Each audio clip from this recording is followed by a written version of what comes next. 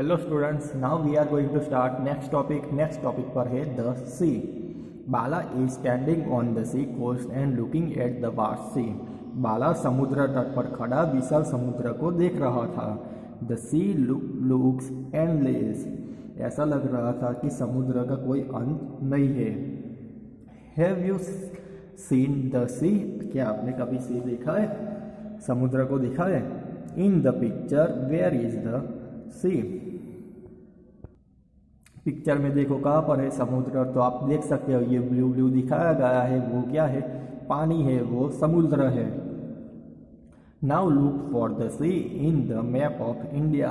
अब जो इंडिया का मैप है उसमें आपको कहाँ पर समुद्र है वो आपको देखना है। तो यहाँ पर आप देख सकते हो, देखो यहाँ पर साइड में ब्लू ब्लू जो दिखाया गया है वो क्या है? सी है, मीन समुद्र है। अब क्वेश्चन पूछा गया है, watch colour is use to show the sea. Sea को दिखाने के लिए कौन सा कलर यूज किया गया है? तो हम देख सकते हैं मैप में, देखो ब्लू कलर से दिखाया गया है, वो क्या है? समुद्र है। तो कौन सा कलर यूज किया गया है? तो ब्लू कलर। क्वेश्चन है, मार्क दो states which has the sea on one side. अब उन स्टेट को आपको मार्क करना है कि जिनकी एक साइड सी है, समुद्र है। तो आप देख सकते हो, देखो यहाँ पर गुजरात है, फिर यहाँ पर महाराष्ट्र है, कर्नाटक, केरला, तमिलनाडु, आंध्र प्रदेश, ओडिशा और वेस्ट बंगाल। ये वो स्टेट है कि जिनकी एक साइड सी है, समुद्र है। तो वो हमें आंसर में लिखना है। तो हम आंसर में लिख देंगे the states of Gujarat, Maharashtra, Karnataka, Kerala and Tamil Nadu, Odisha and the west, Odisha, Andhra Pradesh and west Bengal have the sea on their on side. दूसरा क्वेश्चन है, name one state which does not have the sea on any side. ऐसे कोई एक स्टेट बताओ कि जिसके एक साइड भी समुद्र नहीं है। तो वो कौन सा स्टेट है? तो हम देख सकते हैं, देखो मध्य प्रदेश कहाँ पर है? इंडिया के बीचों बीच में है, इसकी एक भी साइड समुद्र नहीं है। इसलिए हम आंसर में क्या लिखेंगे? Madhya Pradesh does not have the sea on any of side. Madhya Pradesh की एक भी साइड समुद्र नहीं है। ओके, नेक्स्ट है, find out. Look for different map contain the different scale use in our local area map, a map of India and a world map etcetera. आपको क्या करना है? डिफरेंट मैप लिखने हैं और उसका स्केल कंपेयर करना है। जैसे कि map of India and a world map, जैसे कि इंडिया का मैप, वर्ल्ड का मैप, वो मैप को आपको लेना है, उसके ऊपर क्या स्केल है वो आपको कंपेयर करना है। ओके, वो आपको खुद करना पड़ेगा। आपको इंडिया का मैप देखना है, वर्ल्ड का मैप देखना है। ओके, नेक्स्ट है, lines between the states. Sabu is confuse about the line show between the states. Sabu confuse था, वो स्टेट के बीच में जो लाइन ड्रॉ की हुई होती है ना, यहाँ पर आपको लाइन ड्रॉ की हुई होती है, हर स्टेट के आसपास लाइन होती है, उसको लेकर साबू कंफ्यूज था। साबू बोलता है, I travel from Delhi to Haryana but I never saw any lines on the ground, how do we see them on the map. Sabu बोलता है, मैं दिल्ली से हरियाणा गया बट रास्ते में ग्राउंड पर कहीं भी लाइन ड्रॉ की नहीं हुई थी, तो वो मैप पर हम कैसे देखें? देखो ये वो दिल्ली से हरियाणा गया, वो बीच में क्या है? यहाँ पर लाइन ड्रॉ की हुई है। तो ये बोलता है मैं दिल्ली से हरियाणा गया तो रोड पर तो कोई लाइन, ऐसी लाइन ड्रॉ नहीं की हुई थी, तो वो मैप में हम कैसे देखें? मैप में तो लाइन ड्रॉ की हुई है, तो उसका मतलब क्या समझे हम? तो ये गर्ल्स बोलती है, no there are no lines painted on the ground. ये वाली लाइन ग्राउंड पर पेंट नहीं की होती है। The map show us where one state and the next begin. यहाँ पर दिल्ली से हरियाणा जाते हैं तो बीच में ये लाइन दिखाई दी है, तो ये ओरिजिनल में कोई ग्राउंड पर लाइन ड्रॉ पेंट की हुई नहीं होती है। ये लाइन हमें बताती है कि ये वह एक स्टेट का एंड होता है और दूसरे स्टेट का शुरुआत होता है। मीन्स यहाँ पर दिल्ली खत्म हो गया और यहाँ पर हरियाणा स्टार्ट होगा। तो जो ये बीच वाली लाइन है सभी स्टेट के आसपास, वो क्या बताती है कि एक स्टेट का एंड हो गया और दूसरा स्टेट शुरू हो गया। ये और बोलता है oh yes we paid the toll tax as the border. ये बोलता है यस मैंने बॉर्डर पर टोल टैक्स पेड किया था। I saw a big board saying welcome to Haryana. मैंने बॉर्डर पर बिग बोर्ड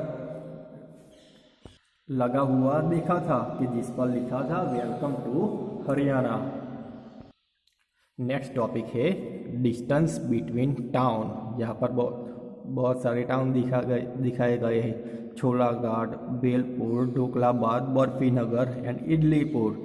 तो there are 5 towns, find out. यहाँ पर 5 टाउन्स दिए गए हैं, अब आपको फाइंड आउट करना है। क्या है? First number, how many centimetre away is Idlipur from Barfinagar on the map. तो हमें फाइंड करना है कि इडलीपुर बर्फीनगर से कितनी दूर है, उन दोनों के बीच का डिस्टेंस कितना है, वो हमें फाइंड करना है ऑन द मैप पर। तो मैप पर कितना डिस्टेंस है उनका, तो आप देख सकते हैं इडलीपुर और बर्फीनगर उन दोनों का बीच का डिस्टेंस है 5 सेंटीमीटर। सो हम आंसर में लिखेंगे distance between Idlipur from Barfinagar on the map is equal to 5 centimetre. Okay, उन दोनों का बीच का डिस्टेंस कितना है? 5 सेंटीमीटर है। Second question, how many kilometre will you have to travel if you go from Idlipur to बर्फीनगर।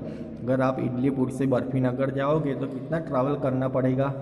तो आपको पता है यहाँ से यहाँ पर लेकर 5 सेंटीमीटर है। तो यहाँ पर स्केल दिया गया है, स्केल पर लिखा है 1 centimetre on the paper is equal to 10 kilometre. Means 1 centimetre is equal to 10 kilometre.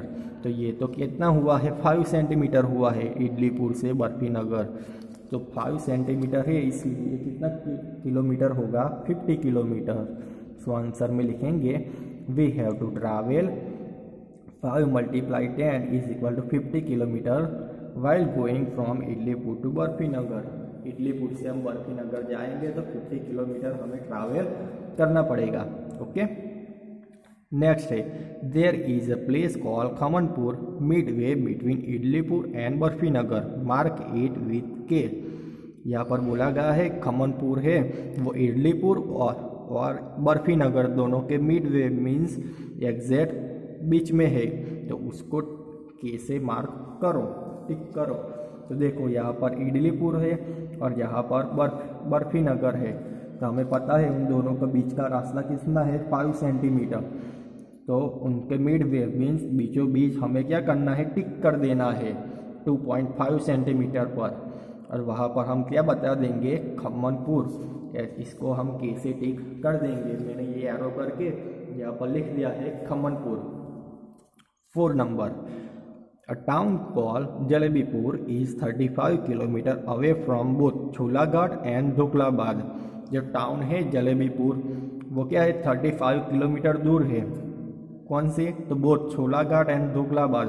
तो छोलाघाट से भी 35 किलोमीटर दूर है और ढोकलाबाद से भी 35 किलोमीटर दूर है। मीन्स वो कहाँ पर होगा? तो इन दोनों के बीच में ही होगा। तो where do you think it can be, वो कहाँ पर होगा? Mark J for it. तो इसको जे से मार्क करो। तो हमें पता है वो दोनों से 35 किलोमीटर दूर है। मीन्स छोलाघाट से भी 35 किलोमीटर दूर और ढोकलाबाद से भी 35 किलोमीटर दूर होगा। तो हम 35 किलोमीटर मीन्स अब हम क्या करेंगे? ढोकलाबाद से 35 किलोमीटर दूर हम मार्क करेंगे। जहाँ से तो यहाँ बहुत सारी टर्निंग है इसलिए थोड़ा डिफिकल्ट होगा, बट यहाँ पर तो स्ट्रेट लाइन है। तो देखो हम क्या करते हैं, यहाँ पर ढोकलाबाद से भेलपुर तक का रास्ता कितना है? 2.5 सेंटीमीटर मीन्स 25 किलोमीटर हुआ है। यहाँ पर लिखा है ना 1 centimetre is equal to 10 kilometre. So 2.5 centimetre is equal to 25 kilometre. तो ये क्या हुआ? 25 किलोमीटर हुआ ये। और उसके आगे जाएंगे 1 सेंटीमीटर आगे, तो 1 सेंटीमीटर आगे जाएंगे तो 10 किलोमीटर ज़्यादा हो जाएगा यहाँ पर। तो 25 + 10 35 हो जाएगा। तो यहाँ पर हम टिक कर सकते हैं। देखो ये वाला रास्ता कितना है? 22.5 सेंटीमीटर, इसलिए 25 किलोमीटर है और 1 सेंटीमीटर इस साइड, तो 10 किलोमीटर ये ज़्यादा हो जाएगा। तो ढोकलाबाद से 35 किलोमीटर दूर यहाँ पर जलेबीपुर है। तो यही छोलागढ़ से भी यहाँ पर 35 किलोमीटर यहाँ पर जलेबीपुर होगा। ओके, तो आप यहाँ पर टिक कर सकते हो। तो मैंने ये क्वेश्चन 4 है उसका आंसर यहाँ पर टिक कर दिया है, 3 का आंसर एंड 4 का आंसर दोनों। यहाँ पर खमनपुर भी दिखाया गया है और जलेबीपुर भी दिखाया गया है। ओके, नेक्स्ट है question 5, measure the length of the route between Belpur and Cholagarh. अब क्या करना है, बेलपुर और छोलागढ़ दोनों के बीच का डिस्टेंस फाइंड करना है। तो इसको हम स्केल से फाइंड करने जाएंगे तो बहुत ही डिफिकल्ट हो जाएगा, इसलिए हम क्या करेंगे, you can use a thread, thread का यूज़ कर सकते हैं। हम क्या करेंगे, थ्रेड लेनी है, थ्रेड तो पतली होती है और उसको तो हम टर्न भी कर सकते हैं ना, टर्न भी कर सकते हैं उसको, तो इसलिए इसका एक कैन यहाँ पर रखना है और इसको इसके ऊपर इस तरह से अरेंज कर देना है। उसके बाद क्या करना है, यहाँ पर थ्रेड को कट कर देना है, फिर वो थ्रेड लेनी है और यहाँ पर स्केल पर रखनी है। कितना सेंटीमीटर होगा, जो सेंटीमीटर हो उससे हम किलोमीटर फाइंड कर सकते हैं। तो क्या करेंगे, the length of the route between Bhelpur and Cholagarh is 6 centimetre. उनके बीच का डिस्टेंस कितना है, 6 सेंटीमीटर। सो मैप पर 6 सेंटीमीटर है, इसलिए ऑन द ग्राउंड वो डिस्टेंस कितना होगा, 60 किलोमीटर होगा।